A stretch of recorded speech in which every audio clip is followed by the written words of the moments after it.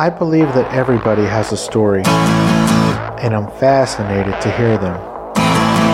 So come with me as we take a walk down Fascination Street. Hey guys, if you like what I'm doing, click the Amazon banner at the top of the homepage on FascinationStreetPod.com and do all of your shopping through Amazon. Once you click on it and it takes you to Amazon, you can bookmark it or add it to your favorites and you won't have to go to my site each time. It helps me keep the show going, and again, thanks for listening. Welcome back, Streetwalkers. That's right. If you're walking down Fascination Street with me to get to know our latest guest, then you, like me, are a streetwalker.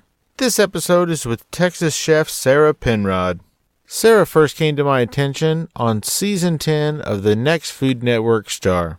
In this episode, Sarah chats with me about graduating from Le Cordon Bleu and then transitioning into being a personal chef for some very notable athletes and some world-class entertainers. Of course, we talk about her time on the Food Network channel, as well as when she got to meet the First Lady, Michelle Obama. And finally, we talk about Sarah's wildly popular YouTube channel, The Urban Cowgirl, and her cookbook, Urban Cowgirl. So enjoy, Streetwalkers. This is Texas chef and TV personality, Sarah Penrod. Yeah, talk to me,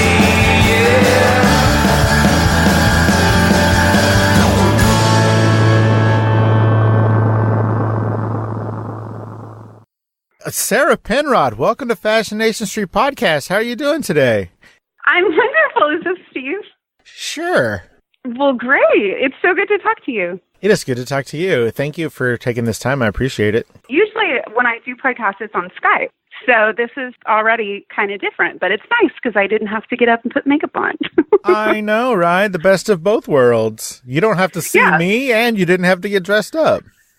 Well, it's always nice to meet a new friend, but I guess we've been talking for so long over Twitter that I feel like I already know you a little bit. I know, right? We're just hanging out. We're in the middle of the Snowgeddon here in Dallas, so there's like half-inch of snow on the sides of the lawn, and everyone is losing their minds and staying indoors, so this is like the perfect day. What in the serious hell? You know, yesterday when you said you were going to be barbecuing today, I was like, it's supposed to be cold. I know. I don't pay attention to things like weather because yesterday was such a nice day. I mean, we actually went out to eat at like a place, like a honky tonk with a band. It's outdoors and there's bonfires and they make fajitas and armadillo eggs and all kinds of really tasty things. And we were very comfortable in just thin t-shirts. I bought my briskets last night, and my neighbor across the street texted me this morning and said, "Hey, I don't think there's enough wood in Texas to keep the pit going, so I think we should postpone." So super bummed. Well, that is unfortunate. I don't know what you're going to do with that brisket, but hopefully you have a big fridge. Well, you know, Aaron Franklin says, I love Aaron Franklin. You're closer down there to Franklin Barbecue than I am, but his book says that you can keep it in the cryovac and that it's basically wet aging. I don't know if that's true, but he said it, and I trust him. So I thought about freezing the briskets, but they are prime. So I think I'm just going to let them stay in the cryovac and maybe try next weekend. I mean, the weather changes here so quick. I think it's worth a shot. I know, right? What do you got to lose? I think that it should be fine in that cryovac because, you know, from school, the two things that affect everything the most are time and exposure. So if it's not getting exposed, it should be fine. Yeah, well, we'll see. My husband keeps watching dry aging on YouTube, and he's like, let's dry age something. And I'm like, I don't want to die. Yeah, dry aging meat and fish and things like that, much like, you know, molding cheese on purpose, that all seems highly risky to me. I would leave that to the professionals. Yeah, but see, I am the professionals. That's the problem. So my husband's like, yeah, you'll be able to do it. You have a culinary degree and a cookbook and everything. And I'm like, oh, God. But, you know, the best resource that we have now is YouTube. So there's people doing all kinds of stuff. You know, I think it's fun to have kitchen experiments. Sometimes it's scary. And sometimes it's expensive. I mean, you ruin a brisket and that's a couple of bucks. Yeah, this is a prime brisket too, so there are actually a couple more bucks. I'm trying to convince my neighbor. He's like this barbecue champion. He's been making excellent brisket since I was probably 21 the first time I had his brisket. So we didn't plan it. We actually moved across the street from each other, moved in on the same street on the same day. So, you know, it was like fate. And I was really good friends with his wife. She wasn't his wife at the time. So now this is like our couple buddies, you know, that we hang out with. And he's teaching me all the secrets to brisket, and he's right across the street. So it's real easy for him to bring his pet out and us do everything. But he's a simple man. He always uses just the Packer briskets. He doesn't ever do, you know, Kobe or Prime or Black Angus Prime. And I'm obsessed with meat grades and learning everything I can about it. And so I've finally convinced him to try the Prime brisket. And I actually think he's a little bit nervous because he has such good results with Packer brisket, which is like just the normal. Basically, I believe it's select, which is it's like the basic brisket you can get. So this is like me trying to bring myself to the table and be like, hey, I bought these prime briskets. Let's give it a shot. So I'll let you know how it goes. It sounds like he's got a lot to lose. I don't think so. I think that when you're talking about like grades of meat, you're not going to mess it up by going up in quality unless you get like Wagyu, because you have to really know how to control that much fat dripping off of something. But like when you bump from like choice to prime, it's going to get better. You don't have to change your technique a whole lot. You know, because you're talking about things like marbling, which is just the fat and how thinly through the meat it kind of weaves its way, and that adds flavor. You're talking about like the texture, you know, all things that are going to increase the end product. So I think John's going to be fine. He's one of those guys. It's like he's done it a certain way his whole life, and I'm like, okay, God help him if I ever bring him like a Wagyu brisket. I think I don't know. He might have a heart attack. I know, right? And I work with all these people, so I'm like, hey, let's get this. We'll go down to, you know, Marble Ranch, and we'll get Wagyu, Texas Wagyu. And he just looks at me like, I don't know, city girl. So you and Mr. Barbecue Champion moved into the same neighborhood on the same day? Yeah, we actually knew each other. There was this little group of people who hung out. I was one of the youngest. I was probably 20, 21, and he was one of the oldest. And there was a girl. Her name was Tracy. They were not dating at the time, and she was one of my friends. Then I moved away, went to culinary school, got married, all these things, came back. We moved into our neighborhood, and we have our moving van on one side of the street, and there's these jerks with a moving van on the other side, like right across the street. And I'm like, how are we going to do this? And that's when I realized it was Tracy and John, and they were married, and they had like 5 kids now, 4 kids now. And we pretty much laughed our butts off, and we've been best friends ever since.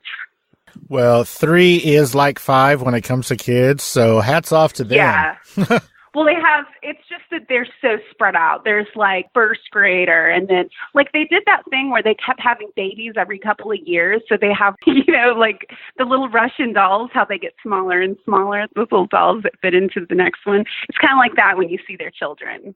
Interesting. And then, yeah. We didn't do that. Ours are older. Well, there's, I guess, 7 and 6. And we stopped because we were like, yeah, this is fine. We're good now. Yeah, that's like my wife and I. Ours are 6 and 7. Oh, wait, 26 and 27. But yeah, I'm with you. I got it. Okay, so I can just talk to you and like look into the future, right? Yes, and let me tell you, it is dark and bleak. And no, I'm just kidding. It's wonderful. All right, Sarah, let's talk about you.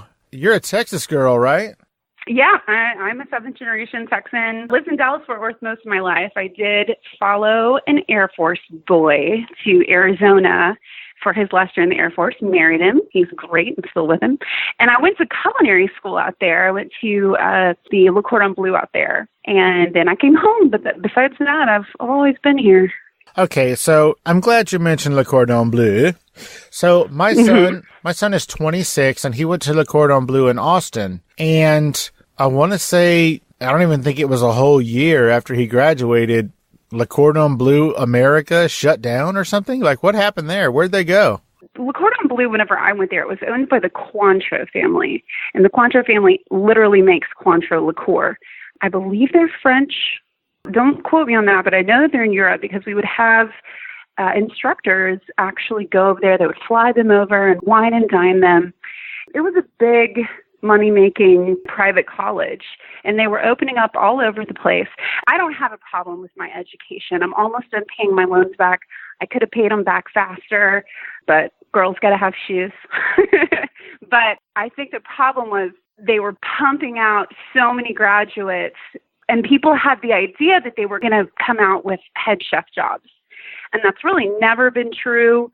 It's more about a jump in your culinary education. I always hear people say, well, you can go work for a chef and get the same education. That's true, but they'd really have to like you and take you under their wing and guide you through the different books and textbooks and things that you need to get. So I have nothing bad to say about Le Cordon Bleu or my education, but I understand people getting out of college with that many loans and then getting a job at, Subway or something, because there is no guarantees.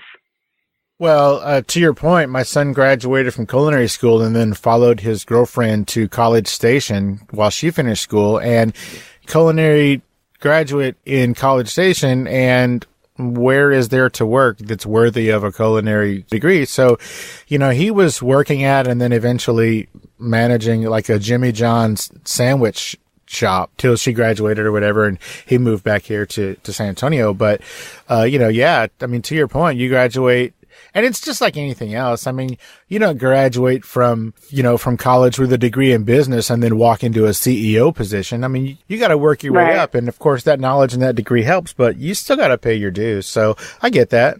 Yeah. Also, I was in my second class.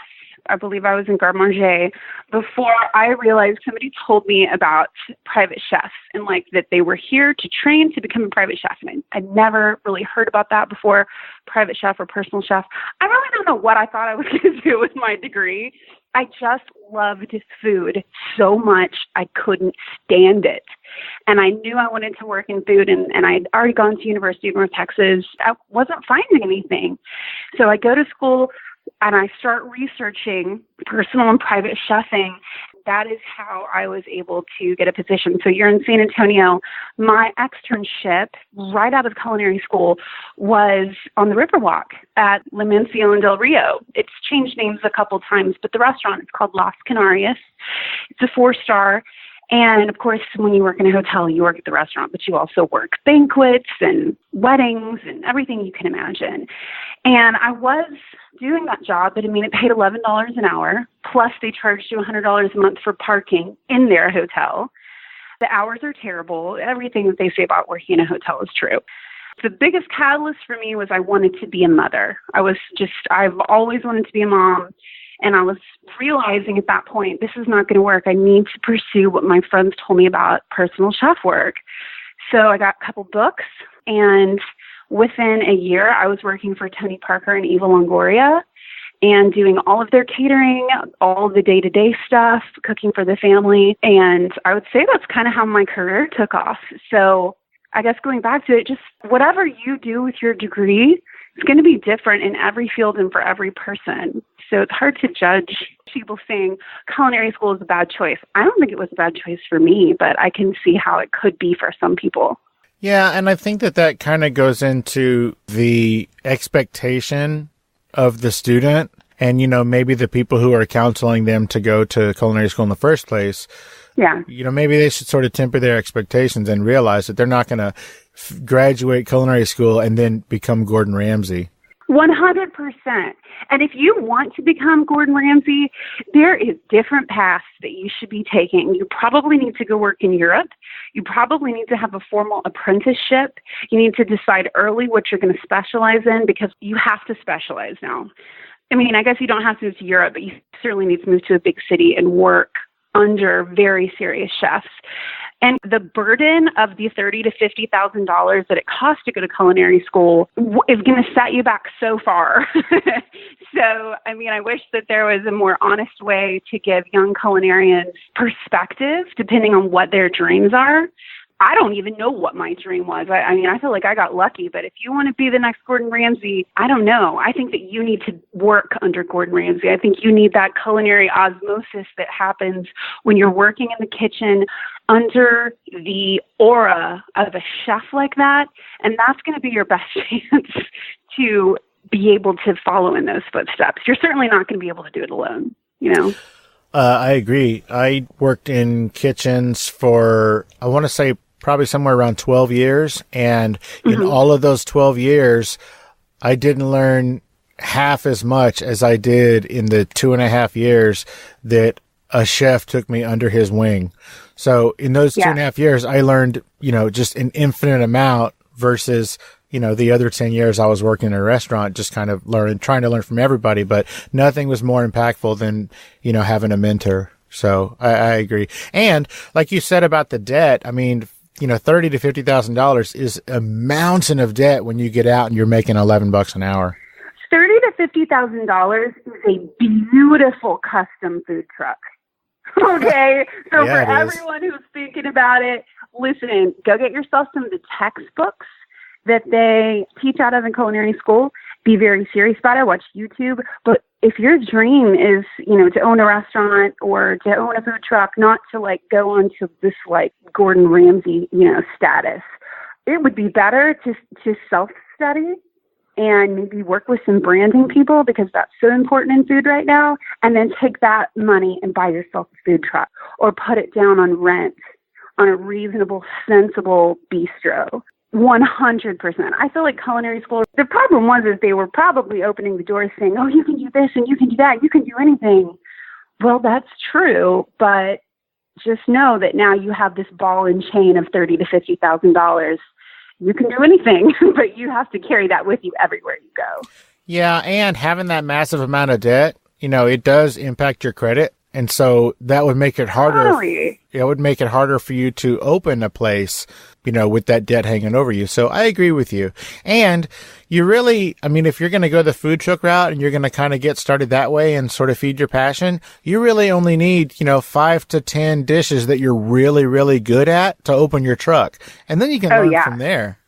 Yeah, it's all about that niche branding right now. So, we had one guy that was on Food Network with us that he does fast casual, and he's made a lot of money opening places that are fast casual. First time he said it, I was super intimidated because he's from New York and he's using these words I've never heard before.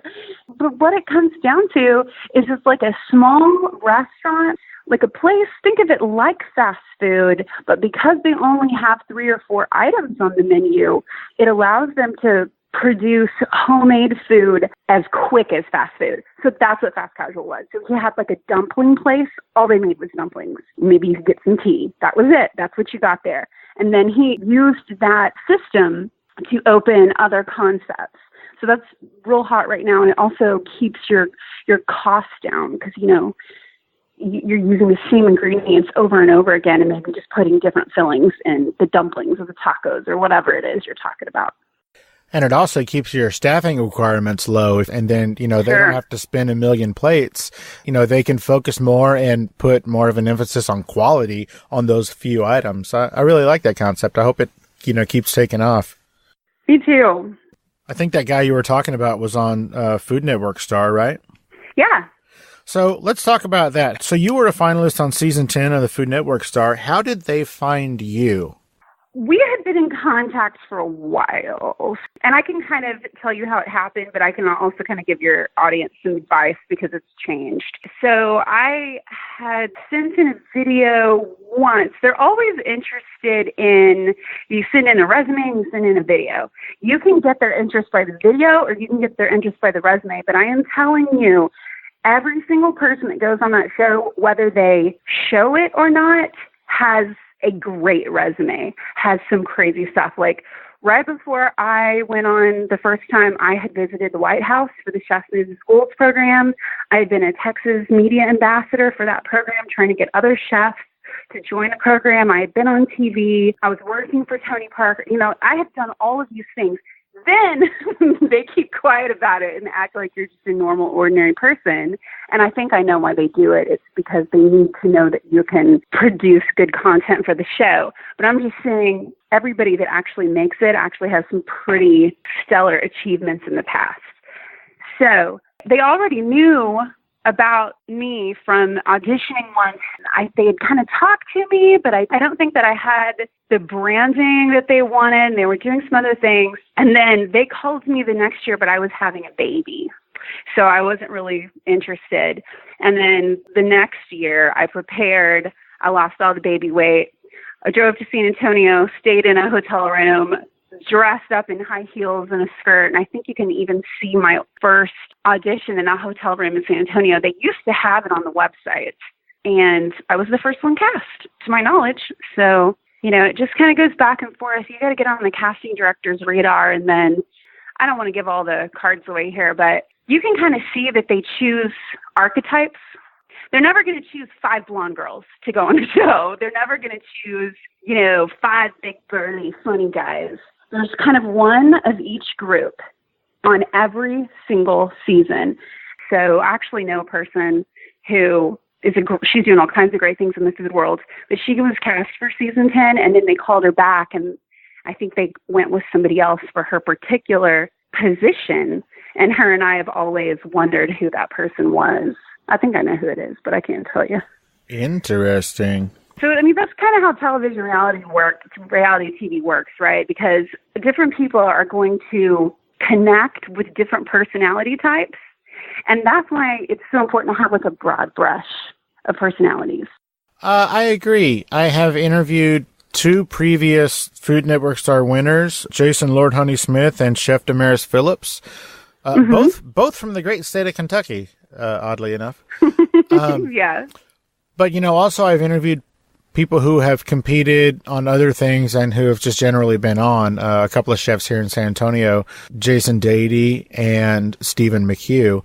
And all 4 of them have wildly different personalities. So I think that what you're saying makes sense, that they kind of cast for different personality types within the realm of, culinary ability and, presence. But I think that's good to know that there really is kind of those personality niches that they're just kind of trying to fill when they're putting together that cast.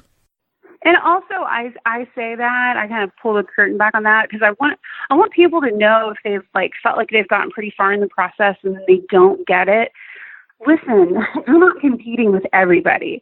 You're competing with probably 10 people that look and act and talk just like you. So keep trying, because it's not as big of an ocean as you think it is. It's just impressing the producers to get those spots for those specific character types. That makes sense. And that's just my opinion. I am not a producer. I just feel like I've been around reality TV at this point enough to see what they're doing. Sure. So you mentioned that you went to the White House as part of an educational program. Can you talk a little bit about that? Yeah, well, that was several years back. Actually, it was, oh my God, was it 10 years back? It's got to be pretty close. It does have to be pretty close. I was really young. It was Michelle Obama's Chef Moved to Schools program. Jamie Oliver had come out with, it was kind of like a mini series where he tried to go in and work with one school to change the cafeteria program. And I think some of the drama and conflicts that arose in the show was, we have such ridiculous laws with our children's food, and it's not benefiting them. Because, these huge food corporations are coming in and selling us really, really cheap food. And, French fries are considered a vegetable and all kinds of crazy stuff. Whereas when I went to school, the food was made there at the school, and they had ladies back there cooking. And I think most chefs agree, I don't know why we can't go back and do that. Why can't we invest in our children in that sense, especially since there's so many children that the main meal of the day for them that they're getting is from the school. So Michelle Obama invited a bunch of different chefs to the White House. Kat Cora was there. I heard Rachel Ray was there, but I never saw her, so I can't confirm that. Many TV stars, the deans of culinary schools were there. I was lucky enough to be there. And we really just heard a really moving speech from Michelle about her vision for the program and sort of some footnotes from some chefs that were already kind of doing it. They'd already been out there doing it, and they just happened to be discovered by the people who were in charge of the program. So that was great. I found out that day I started to suspect that I was pregnant with my first son, and had a lovely dinner with my grandmother, like right outside the White House steps. It was just one of those magical moments, like it's so special to you. It doesn't really matter to anyone else, but it's just so special to like take somebody, in your life to one of those events. And then we came home and we started focusing on, I was going on the air in San Antonio, explaining to chefs how to join the program and kind of, moving around and just spreading the word on that particular project. Well, I think that's awesome. And, back to what you were saying about, when you were in school and they were actually making the food there, here's a novel idea. Since we just talked about all of the culinary graduates who are kind of looking for an actual real gig, how about instead of hiring a bunch of can openers, we can hire culinary graduates for those schools? I think it's a great idea. There's no reason why my IKEA should have a better cafeteria than my children. Yeah, and there's no reason why a child's first square pizza shouldn't be at school. I do like that square pizza. You know what I did, though? This is how nostalgic I am. I am so weird about food. So I hope that there's people out there that are as weird as me. I never forgot the little barbecue chicken that they served in first grade. And for 2 years, I obsessively searched for the recipe cards because they've got to exist, right? The school spaghetti, the school barbecue chicken. And they were real simple recipes because they were for kids, so they couldn't be too fancy. I finally found them. And they're so basic. They're on this Department of Texas website. And you can download any of the recipes, vintage recipes that they used to make in the cafeteria program. And I do have fancy barbecue chickens, everything you can imagine from my cookbook and blog. But my favorite barbecue chicken is the one from the school cafeteria. Oh my God, that's amazing! And I have the recipe. Yeah, you should do a pop-up. You should do a pop-up restaurant of just like call it like Lunch Lady Pop-up or something like that, where it's just a cafeteria food from when you were a kid. That'd be amazing. Oh my God, that's a great idea. That's a great idea. I love it. That is so cool. Oh man, I also had a little bit of nostalgia for those school lunches. I think Fridays was pizza and Wednesdays was always Mexican food. And so even as an adult, when I had a family, traditionally, when we would eat together, which was every day, we'd have different things, but every time that we were going to have tacos or, tostadas or something like that, we always did it on a Wednesday just because of that throwback from when, we were kids. Do you remember those little chimichangas that they served with cheese sauce and chili sauce? Do you remember those? I sure do. My mouth starts watering just talking about it. And I know people will be like, oh, they sell those in the frozen food section. No, they don't. Frozen food is not food anymore. But those little chimichangas haunt my dreams. I mean, those... Really, that movie, Ratatouille, the end is so true. It's like, no matter how fancy you get in life and no matter how your tastes change and become sophisticated, the food of your childhood, you cannot escape. It is your weakness. It is your passion. There's just something about it that, I don't know, it's like it touches your soul. So rock on with Wednesday Tex-Mex. I'm going to start doing that in my house now. Heck yeah. Your kids are going to be like, what the heck is Tex-Mex on Wednesday? Why is that a thing? And you're going to be like, I don't know. It's just a thing. My children are monsters. It's so funny because my children are finally getting to the age. I drag them with me everywhere. So if I go on a book tour, most of the time they come. Or we just went to the Texas Cookbook Gala. They used Urban Cowgirl as the cookbook this year. So the kids come. We get in fancy dresses and tuxes. And finally, I wondered when he was going to ask, but finally, my 7-year-old looked at me one day and he goes, Mommy, are you famous? And I said, no, I'm not really famous.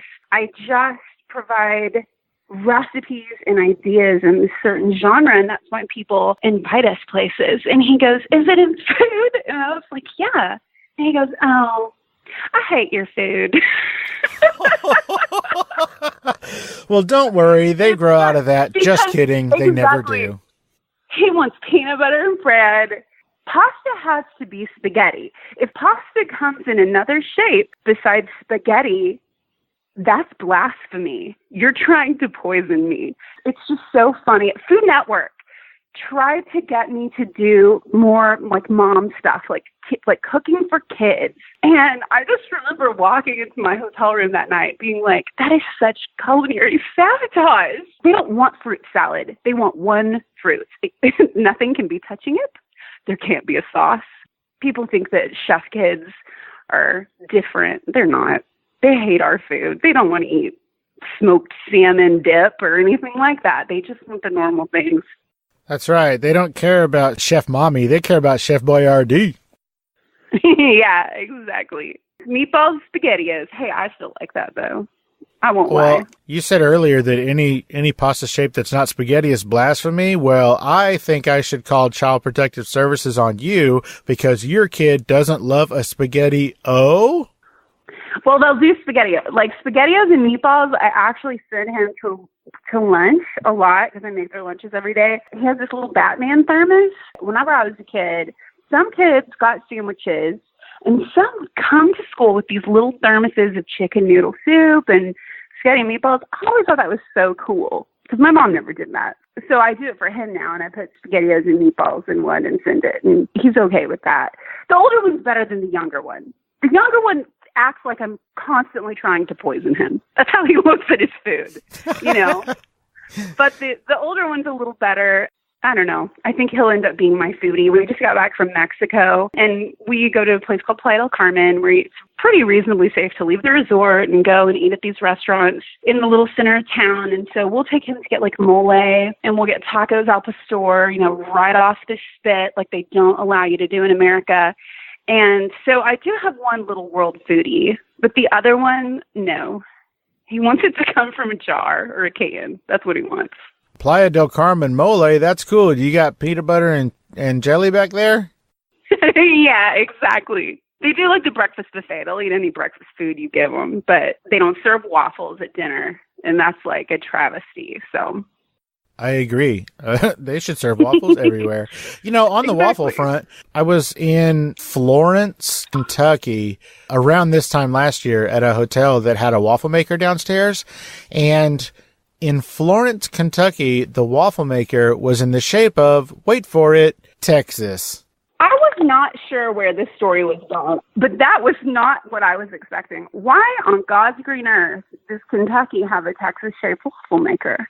I could not tell you, and it was so far on the edge of Kentucky that it was basically Ohio, and still no idea why, but they had two of them, so it wasn't like, you know, they just grabbed one or for whatever reason. They had two of them, so I don't know why, but I like the shape of Texas. Well, good for them. Good for Ohio. I have a lot of friends in Ohio, actually, so it's pretty weird, but, I mean... It makes me feel kind of good to be Texan. It's that stupid. I know, I like right? to see the little Texases everywhere. I just like confetti. I want to be able to pull little Texases out of my purse and sprinkle them everywhere I go. Oh my gosh, like your Tinkerbell with her fairy dust. You're just pulling out Texas-shaped confetti and blowing it on everybody. That's awesome. Hey, streetwalkers. Well, you're not literally streetwalkers. But now that I've got your attention, I am Stephen O'Reilly, and I have a podcast called the Bar Star Podcast. And since you're listening to the Fascination Street podcast, I think you should check out my show. It's just as interesting without all the famous people, because Steve has connections that I just do not have. But if you dig podcasts about music, working musicians, and other random shit that I decided to talk about, based around music, of course, because that's what I do. I'm a working musician for the past 30 years, then you need to check out the Bar Star Podcast. You can get it wherever you get your podcast, on any platform, and make sure you check out barstarpodcast.com. Now back to the one and only Steve Owens and whatever the hell he was talking about. I don't think of myself as sheltered, but I never left Texas, okay? Like, I never even went to Disney World as a kid. So when I did leave, we went to Arizona, you know, when I went to culinary school, and it was Jerk's last year in the Air Force. And I was in complete culture shock. I did not realize other places didn't have Dr. Pepper or that the enchiladas were different. I went to LA and served chicken fried steak on the Hallmark family show. And I swear to God, there were like 4 important actors sitting in front of me, and they all get plates of my food when I'm done cooking it. You know, one of them leans over and he's like, "This is the first time I've ever had chicken fried steak in my whole life. It's great." What? And I don't even think I laughed. I just looked at him like, is this a joke? Like, it's so weird. And I say that, and I think other people are like, "Oh, you Texans, like y'all are so, you know, like in your own world." I think it can be like that for anywhere. I would be curious to know what a New Yorker, since so many people are coming from California to live in Austin, I'd love to know what they're so used to in their state that we don't even know about here. Because there's a lot of people that don't know about chicken fried steak, and that should be a crime. No, that is a crime. You know, we need to like spread the chicken fried steak love, is what I'm thinking. Well, you know what's even less popular than chicken fried steak is chicken fried chicken. That will kill somebody. It's amazing. I like chicken fried chicken, but I mean, why not just have a fried chicken? You know? How dare you? You know, I interviewed, one of my first interviews was this television screenwriter who moved from LA to Austin. And he was in Austin for, I think, about 2 years before he ended up moving back. He also was part of a podcast that was, you know, based in LA. And so when he would be on that podcast, you know, from Texas, he would constantly talk about this really cool thing that he's never had before in LA that they only have in Texas. And this is a quote from him. I believe it is called, let me see if I can say this correctly, a breakfast taco. Wait, that's like not a thing there? No, they have breakfast burritos, which are giant and only a couple of different versions. But here in Texas, you know, there's 1,000 different kinds of breakfast tacos, and they're everywhere and everybody loves them. But he was, you know, basically writing home to his LA family talking about these are the greatest things ever. It's like a little tiny burrito that you can walk around and eat. Like it was, it was amazing. And so I can't even imagine how that didn't naturally evolve there. You know what I'm saying? Because I know a burrito is such a large commitment, Steve. Okay. It's like, I'm committing to these flavors. It's going to be 1,000 calories of just these flavors. But with breakfast tacos, you're like, I'm going to have 1 bean and longhorn cheese. I'm going to have 1 steak. I'll have 1 bacon and potato. Like, come on. You'd think that would just naturally evolve there. You know, I mean, it's not like we have any more of a Hispanic presence or culture than LA does. I mean, come on. What are they doing over there? They are on the Baja side. So they get the influence from the Pacific. And then, like, for Texas, for example, we have most of our traditions are coming from, like, the people of the northern desert. And so it's actually very different. I started researching a lot when I was writing my cookbook. I might be more obsessed with Mexican food than I am with Texas food, okay, because it's so intertwined. So if you really go back and trace the stories, the reason why Tex-Mex existed it wasn't like a white man's invention, which I feel like we get a lot of heat for. It was the Tejanos that were coming up and repopulating, and then they made this kind of a fusion. There's this very important chef. Her name is Diane Kennedy. She's done so much for Mexican cuisine, but she's constantly ragging on Tex-Mex. And it's like, dude, Texas didn't invent that. It was the Mexican culture that was moving up into Texas and what they did with their food. And frankly, it's freaking delicious. So chill out. But LA has that Baja influence, and we would eat that like on the set of Food Network Star. They'd go get us tacos and guacamole. It's completely different. Yeah, there's like 40 different types of avocados. Sure. But we get like Haas, and that's all we get. So you can have guacamole, and if it's made from avocados that are local to the region or that are, you know, maybe they're being imported from the Pacific side of Mexico, it's a completely different flavor. And it's like, it's all wonderful. I have never met a guacamole I didn't love. Well, that means that you are a true Texan. You touched briefly on that you worked as a personal chef for Tony and Eva. You also worked with Vicky Carr and Lyle Lovett and basketball star Tyler Seguin and football sensation. Oh, I'm sorry. That's okay. You know, we have a town near here called Seguin, and so that's... I've told him that. Yeah. I've told him that probably 100 times. I've mispronounced his name on every television show in Dallas. And he's like, why can't you just remember? And I'm like, because it's this little city that we have, so. Yeah. You know, not to leave out football sensation Andy Dalton. So how did you get, you know, all of these? Were these all referrals, or how did you kind of get into that world? I think it's a combination of hitting the web with my website right before everybody in the world was trying to rank on Google. So I ranked really fast.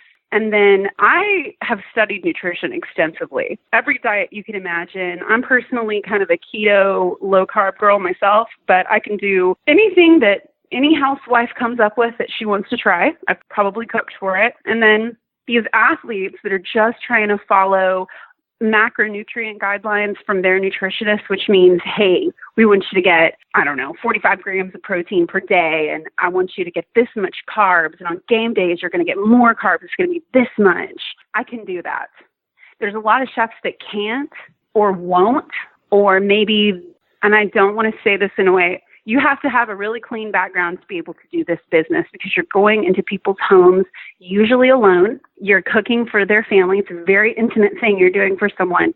So you got to make people feel confident in your ability to create food for them, So I would say that's probably why I was able to move up so quickly. And then once my name got around, I sort of became the go-to girl in Texas if you were either mostly a professional athlete. I think I got a couple celebrities just because they wanted to maintain a body image, but I like working with athletes. I don't know how I fell into it. I never in a million years dreamed I would, but I've worked with pretty much everybody here. Well, that's very cool. I am friends with, and I've interviewed a couple of times, a guy named Vinny Tortorich, who has a no sugar, no grain philosophy. And, he's a celebrity trainer and all that kinds of stuff. I can completely understand why you would be in high demand with athletes who, need a lot of protein and not so much on the carb side. Well, it's anything. Like athletes, they need their carbs. Like Tyler, when I worked for him, he could eat whatever he wanted because he was burning so many calories out there on the ice. It's different. It's being able to switch back and forth between those diet styles and knowing them so well. And people say keto is like Atkins. I disagree. Keto is like a diet that we used to have around called South Beach, except for South Beach had some fruit, and there's not really a lot of fruit in keto. So I have seen people lose the most weight. Really, it's low carb, but the keto diet, if you do it the correct way, you're eating healthy fats like avocado and stuff, people drop weight so fast, it's mind-boggling. My husband lost 40 pounds in 6 weeks. I have a YouTube channel where we basically professionally produce a cooking show. And I started off doing recipes from my cookbook, and that was fine. It was good. And, but it was really just me cooking exactly like I do on TV or something. But once keto got involved, that's when people really got passionate about it. And that's when I felt like I was actually serving my audience, because I could use all of these years of working with celebrity athletes and working with celebrities and what I found works and what doesn't work and what habits you have in your home that you would never, ever find in a celebrity's home, because there's a lot of them. And that's when, I feel like I finally kind of found my calling. I'm not sure if it's what I'll do for the rest of my life, but it's definitely the way that I can serve my audience. That makes sense. I think earlier when I mentioned Tyler, I think I said he was a Dallas Maverick. My apologies. He is a Dallas Star. Hockey, not basketball. So if I did say that earlier, my apologies. Not only did I butcher his last name, I even called him the wrong sport. So sorry about that, Tyler. So what would you say is different about your life post Food Network star? Oh my gosh. Well, everything. I'm not sure that Food Network star was the catalyst as much as me growing up, because that all happened to me when I was very young. But I actually had a background in theater and acting and all this stuff as a kid. And I think that's why I was just in the right golden age of chefs starting to get on television, and they were looking for people, but a lot of chefs, the reason why they're chefs is because they're so introverted. And so getting on Food Network Star probably was easier for me back then than it would be for me now, because right now it's really hard to get on, and everyone's on camera all the time because we have Instagram and Facebook Live and stuff. So I feel like post Food Network star, what I really realized that I loved doing was camera work and hosting and doing all of the things that I kind of grew up doing as a kid. And so that's what I do now. I moved to Dallas because I had more opportunities up here. I do Good Morning Texas. I host a couple different things. I've even dipped my foot into like true crime and some other arenas where people needed hosts to do different work. And really what they're looking for is a media personality who can communicate, who can lead the audience through a story. Storytelling is actually kind of an art. Anyone can learn it, but it just doesn't come naturally. So my biggest takeaway from Food Network Star was kind of finding myself and realizing this is what I like to do. And when you hit your 30s, this really weird thing happens. It's not about money, it's about time, because you don't have the time to pursue every single hobby. You have to choose the ones, especially if you want to be a mom and you want to be in a marriage and stuff. So now I know what I want to do, and I do it all the time, and I still love Food Network. I don't watch as much anymore because it's not the Food Network that I grew up with. I like watching cooking shows, not the game shows. But, Thank you so much for saying that. Yeah. Oh my gosh. That is my pet peeve because we've been watching it for, 17 years or something. And at the beginning, it was very instructional. It was a bunch of how-tos. There was tips and tricks and, methods. And now it's all who can make a campfire chili with no campfire, no chili, and all you have is deer antlers and a raincoat. I mean, it's very bizarre. And I think I've been in that one. I mean, I'm sure that it's cheaper to produce those game shows or whatever, but I feel like it's less enticing. I'm not into the game show thing, I guess, but I understand it's popular. 100%. And I don't know that it's cheaper. I just think that there's so much competition now because, oh my God, there's like new cable channels popping up all the time. If you want to be on cable, it's not even that hard anymore because every day there's a new channel that comes on air. But I do think the very gentle cooking shows that it was almost like watching Bob Ross, like the Food Gourmet, the way he talked, the sounds of the cooking, all very gentle and soothing.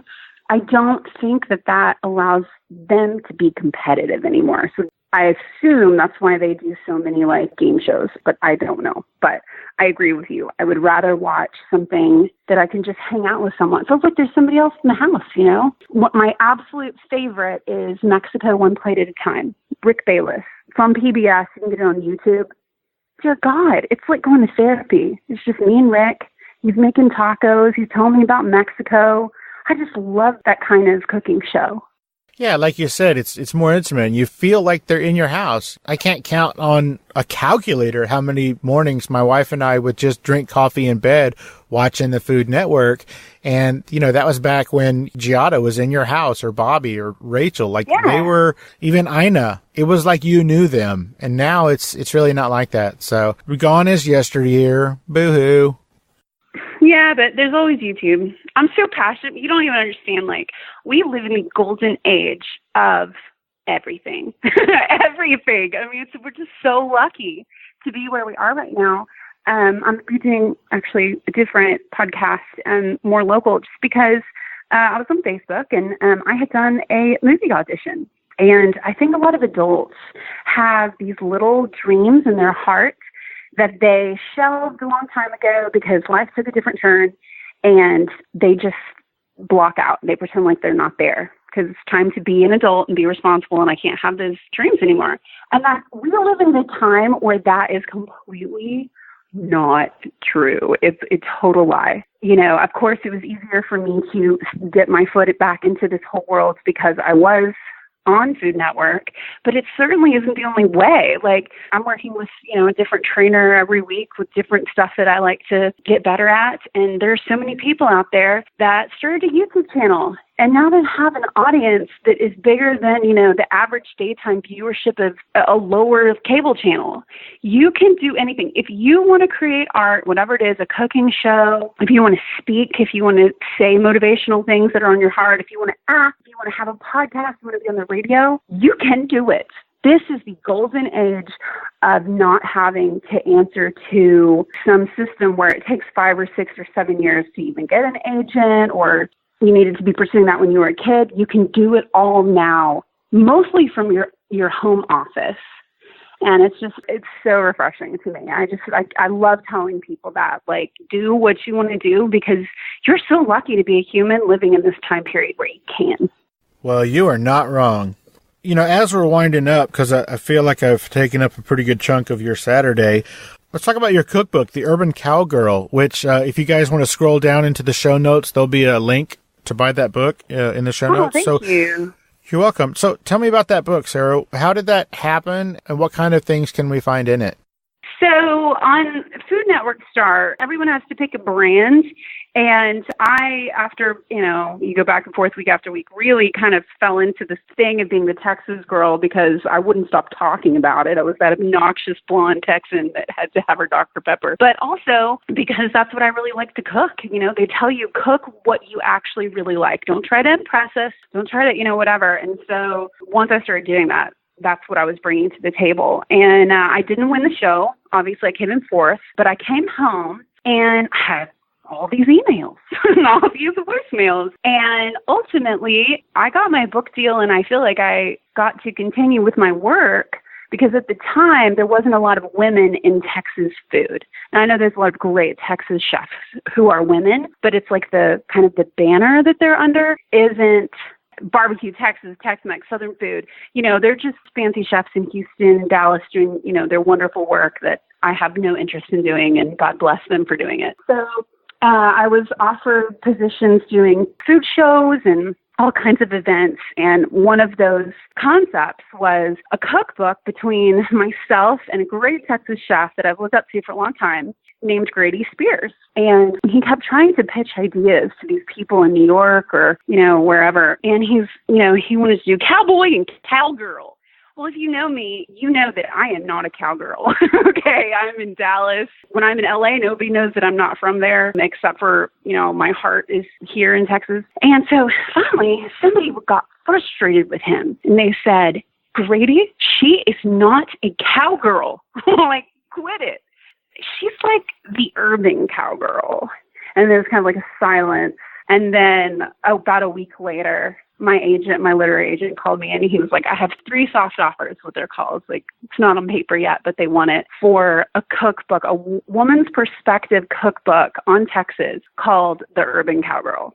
And so that's how I got my book deal. And then the cookbook is the most selfish thing you've ever seen. It's just me writing down all like my best recipes, and not just mine, but like there's a lot of recipes, and you'll know because you're from San Antonio. These iconic places like T-Bone Tom's and out in Galveston and some other places where they have these dishes, and as a kid or as like a young adult, I was obsessed with learning how to make them because I did not live there, and I wanted to be able to go home and make the thing. And so a lot of those are just me as a grown-up and as a chef who knows what I'm doing, hacking away in my kitchen until I figured it out, and then putting it in my cookbook. And of course, then there's tons of, recipes from my family, stuff that I grew up eating, recipes that I created just for the book.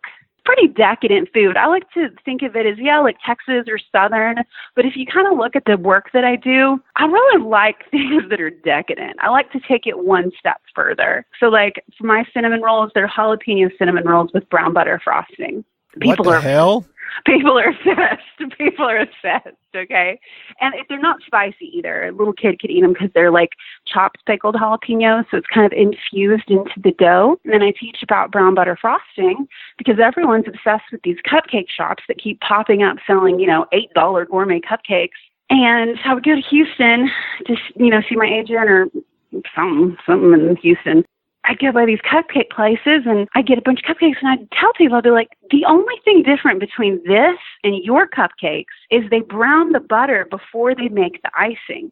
You can't see it. It doesn't look any different because they color them all sorts of weird colors. And so I took that opportunity to teach people how to brown the butter before you make, buttercream or even a drizzle. And I put it on my cupcakes, and I got to teach a lesson at the same time. So you can kind of expect 150 recipes just like that in my cookbook. Very cool. And as I mentioned, go ahead and scroll down into the show notes and you'll find a link for that book. Sarah, where can people find you on social media? Well, if you want to spend some time with me, my YouTube channel is The Urban Cowgirl. And I've taken about 4 months off because I've been doing the acting thing and more hosting work and all kinds of weird stuff I can't wait for you guys to see. But I am returning to YouTube. So that's where you can see me, my face, talking to you and, interact with me. I also have Instagram. It's Urban Cowgirl. And I have a blog. My blog is urbancowgirllife.com. But usually if you Google Urban Cowgirl, I'm the person who comes up. So you can find it that way. More recipes. Just my blog is a place where I put my recipes for free because I've done the book thing. I don't think I'll do another one. I think I'll just create things that people ask me to create. And what about Twitter? Oh, Chef for Life. All right, I cool. hit Twitter pretty early, so I got the name I wanted. So Chef for Life. Yep. Very cool. And I'm on Facebook too. I'm on everything. I mean, these days you can find anybody. Sarah Penrod. Sure. If you have any questions, I really take a lot of the content I produce from people talking to me saying, hey, what about this? Like we just did the Torchy's queso on YouTube. And of course that went viral and did really great. And it was because someone asked. So if you have questions, I'm here to answer them. I'd love to give you some of the recipes you're looking for. Very cool. Y'all go check her out on all those various social media things and reach out to her and ask her some really, really tough questions. Sure, I like them. So now that we're done talking about food, I just real quickly want to talk about Marie Kondo's TV show on Netflix called Tidying Up. Oh, let's talk about it all day. Well, let's not talk about it all day because I've only watched the pilot, and it's only because my wife made me. So there's a book, and you should get it. I started to read the book, but it's real hard for me to get through a book, but I am obsessed with podcasts and Audible, so I purchased the book on Audible, and I could listen to it in about 4 hours. The book started it all. Then Netflix gave her a television show because not only is it wildly popular, but y'all, it is intense. It forces you to go through your life in a different way of cleaning. So the Western world cleans kind of by room, and we throw some stuff away, and we love storage. We just keep everything, right? And we find more ways to store it, and we buy bigger houses to store all of our crap. So the difference in this particular thing is she has categories, and you go through each category. And for example, the first category is clothing. You take every piece of clothing in the entire house and you put it in one place. And then you go through it and you take a moment to hold each article. This sounds crazy, just trust me. And you say, does this bring me joy? And what you'll find is we hold on to so many things that not only don't bring us joy, but like we have guilt for buying it and never using it, or someone gave it to us that we don't have the best relationship with. So every time you see it or you refuse to wear it or whatever, something happens inside of you. It's just, something that you need to let go of.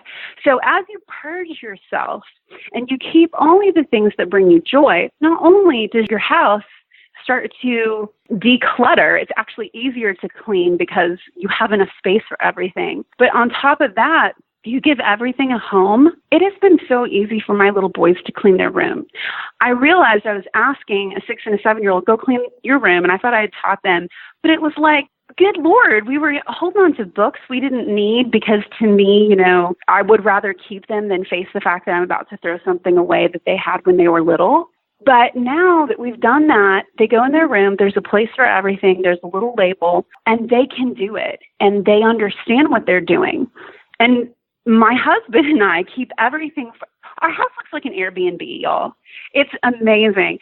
And this Netflix series gives you a window into what that looks like. It's going to be different for every family, but it's completely transformative. And you'll find yourself starting to do it in other areas of your life. Like if you're not going to pursue that old hobby, you get rid of that stuff. And then it's more clean and you feel like you wake up every day with purpose. This is exactly what I'm going to focus on, because I've chosen this as my goal. I don't know. I felt like it was therapy. I think you guys are going to love it. Like I said, I've only seen the first episode, and it was really hard for me to concentrate.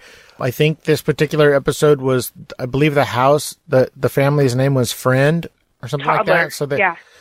So they were saying like friend's house. And I was like, that sounds weird. But when she cried, I cried. I got so emotional because, like, that is my life. now, I have a serious problem with the way they shot that first episode, and here's why. Okay. So that episode takes place over the course of about 28 or 30 days. Now, Okay. at the very beginning, the lovely wife did not have anything on her lips.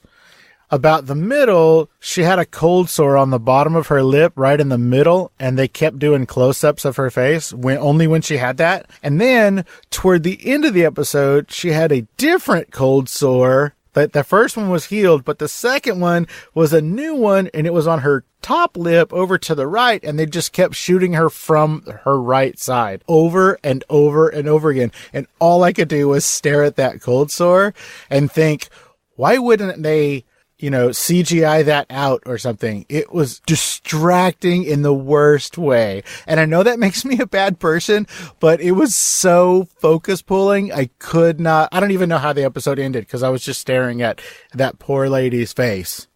Okay. Wondering why they did that to her. First of all, whoever this sweet lady is, sweet lady, we send you all the love in the world. Yes, because, you were trust precious me, and sweet. No, it's bringing me back flashbacks because when we first got into reality TV towards the end of Food Network Star, everything is getting so intense. No one's sleeping. Everyone's having nightmares. We all had cold sores. All of us, if you watch closely, what my makeup, they were little, they weren't like huge, but those are from stress. And you're not the first person who's told me that. I was talking to a makeup artist the other day. It was a makeup artist from Housewives of Dallas, actually. And he is a super cool guy. And he was talking about that. And I was like, they put fake eyelashes on me. I didn't have this huge honking cold sore, but it like lifts your eyes up. And my first thought was, I wonder if that show doesn't have like a good makeup team. Like if they self-do their makeup, or maybe Marie Kondo gets her makeup done, but then the people at home only get like powder, like the powder that keeps you from being shiny on camera. Yeah, I don't know. That was hard, but I feel for that lady because it's stress related, and they should have done a better job. But Netflix is killing it. Okay, at least they brought us Marie Kondo. You know what I heard yesterday? I got so excited. They're bringing back. Can I guess? Oh, I was gonna guess that because I saw you tweet about it. Oh my god, I'm so excited! I'm huge. One of the podcasts I've been on up till now is Jim Harold's Paranormal, and I've done some stuff with Micah Hanks, who does Grayland Report. So my closet, fascination is anything weird. I have the X-Files poster in my office, I want to believe, with the little alien thing with the UFO. I adore that show. And I found out that they're bringing it back. And of course, the first thing everybody's wondering is who's going to be the host? Because Robert Stack is gone. And, is Dennis Farina gone? I guess. I don't know. But yeah, he's gone too. Whoever it is, there's a comedian. It's the guy that wrote Judgmental Maps, those maps that have funny things all over them. And he was like, I wonder who is going to be the host. And I said, I know. I bet whoever is in the finals for that position right now even if you win the position, there's going to be so much crap talking one way or another because it's such a iconic position to fill. And he was like, I'll do it. I was like, you do it, Trent, do it. And he said he would do it as Robert Stack's son. And I was like, yeah, maybe. So we don't have any information on the host, but we're all praying for him. Well, if you are into the true crime and the unsolved mystery kind of thing, I'm sure you're a fan of that podcast, Thinking Sideways. Why did they stop their podcast? My heart was ripped out of my chest when I heard that. Okay, so I would tell you why they stopped, but I'm not going to because I interviewed all three of them separately. And so you should just go listen to those episodes. It will answer your question. That was such a good show. Lake City Quiet Pills. I think about it all the time. Do you remember that one? We talk about that episode. Okay, that my dad's was one a of their programmer. favorite episodes. It's one of everybody's favorite episodes. It was iconic. It was such a great show. I'm really sad they're gone, but I will listen to those podcasts because I'd love to know why. It was a lot of fun. Those people are so cool. All three of them are just such the coolest people. So my family is from a little town outside of a city called Abilene. It's barely a city. It's just a little tiny place. The case of Brandon Lawson. Have you ever heard of that? Vaguely. Okay, so Brandon went missing on this country road. I mean, country road isn't even a word for it. It's the abyss of West Texas, okay? There is mesquite and brush on either side.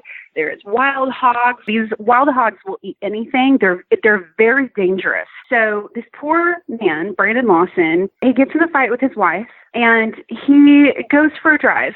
And he leaves a little town, I forget what it's called, one of those little Texas towns, because he works out in the oil fields. And what people need to understand about the oil fields is, like, you work out in the boonies. Like, this is in West Texas. West Texas doesn't look like what you think West Texas looks like. It's not a beautiful desert. It's not New Mexico. It's like a tangly brush. I think of like video games like World of Warcraft, where you get to like the scary, tangly thorn area outside of a dungeon or something. That's what West Texas is like in the areas that aren't populated. So he leaves and he gets on this road. And he says he's going to go to his dad's house, or he calls his dad and tells him he's coming. And his dad says, oh, God, don't do that. It's too late right now. I just need to go home and it'll be fine. He says, no, I'm coming. Whatever. That's what we've been told, he says. So then there's I think there's three. There may be two. I don't have the notes in front of me, but there's these 911 calls, okay? So Brandon runs out of gas out in the middle of the abyss, like I just told you. I went out there to do some research for this project because I don't think anyone will ever cover this case, and even though it's so wildly popular, because Abilene is so far out there. I mean, I'm in Dallas-Fort Worth, and I don't even want to drive to Abilene. But for this project, I did. If you don't know the case, I'm not going to be able to do it justice here. You need to go and listen to the 911 calls that he made, because it sounds like he's being hunted or something. I mean, they are bone chilling. So I go out to Abilene to do kind of some groundwork, because I'm thinking, I know a lot of people from Abilene. I just done the Texas Cookbook Gala. I wouldn't call myself well connected there, but they know me and they like me, you know, and you know how Texans are about other Texans, you know, they're howdy, come on in. So I thought I might be able to find something to shake up something. And I actually started talking to a police officer. And this is what I found the most interesting, since this project won't come out. I guess there's no reason I can't tell it on your podcast. Everyone has always said there was a cover-up. And I'm very sensitive to people saying stuff like that in Texas, because I think there's this idea that, like, it's real honky down here and we'll just cover stuff up because we, you know, whatever. And, you know, that's not true. But he told me where this happened, that area is very corrupt because there is no town. There's just these landowners who own miles and miles of land. The little city, Bront, Texas, was where people think he was going to try to get gas. I don't know what the population is, but it's teeny tiny. And most people on the internet, I'm not going to say like this is my view, but people believe there was something fishy. It was like they didn't want to look for him. They didn't do extensive searches. And the property where he would have gone missing is a hunting lease. So I go to Abilene, and the first thing people tell me is that's during bird hunting season. So it would have been right when people are out on their land, but they do all this stuff to prepare the land for bird season. So they put out feed, and I don't know because I'm not a hunter, but I assume you like put up where you're going to stay, those like little towers that they have. They put all that up. This one person said that definitely would have been going on at that time. So he's like, people would be out on ATVs. He's in complete and total darkness. People underestimate that. If he got out of his car, it would have been blacker than the depths of the ocean out there, because there's no streetlights. There's nothing. If he shut off his car, if he shut off the headlights, I don't even know why he got out of his car. That just sounds like a nightmare to me. So that was the first kind of clue. She was like, that's what I tell you is a local, is who had that hunting lease at that time. And then second, the cop I was talking to said, to his knowledge, they had never received like a BOLO. I don't know if that's true because I haven't looked for the Freedom of Information, haven't ever done that. But he said, we always get a heads up. He's like, it's real common because all these little towns are around. They barely have a police department. So if something's going on, they call Abilene PD and they say, hey, just so you know, we have this missing person, or this happened, or, you know, this report came through, nothing ever came of it, but just, you know, like passing it on to Big Brother, because chances are things work their way into the city. He said that had never been given. He had never heard Brandon Lawson's name, and he was so bewildered by it that he went and told all the police officers he knew, because he thought it was so strange that they hadn't been brought in to, even the knowledge that this person had gone missing. And Brandon Lawson easily makes the top 10 list of every true crime podcaster in the world. I mean, it is bizarre. I have some audio recordings and some other stuff that I've done, but, that project won't happen. However, I really hope, Brandon Lawson, whatever happened to him, I hope his family gets closure. And that's my little tale of dark tourism for you. Very cool. All right, Sarah. Well, thank you so much for taking the time to hang out with me today on this super cold day in Texas. I really appreciate you taking the time, and I hope that you're able to get those briskets cooked. I'm hoping I am too, but, better to do it the right way than waste a good brisket. That's what I say. Also, but Steve, I wish you all the success in the world. I'm going to go back and I'm going to listen to all the other podcasts now. You're very sweet. So keep a lookout at your mailbox for a Batman thermos that I'm going to need you to fill up with some spaghetti. No, I need you to fill it up with the spaghetti from the Lunch Lady Land back in the old days, from cafeteria food. So I'll send you the recipe, and you can put it on your blog. Awesome. Thank you so much, Sarah. You have a great rest of your day, okay? You too. Thanks, Steve. Bye. Bye-bye.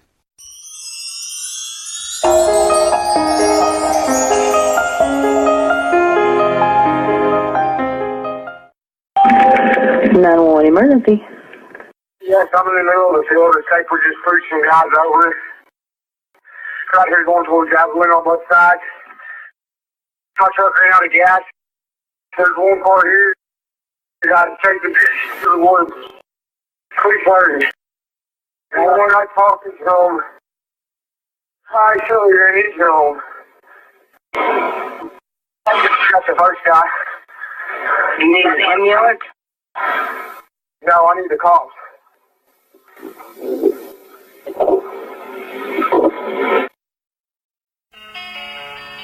Opening music is the song Magnolia from the 2014 album Intransigence, used with permission from Douglas Miles Clark.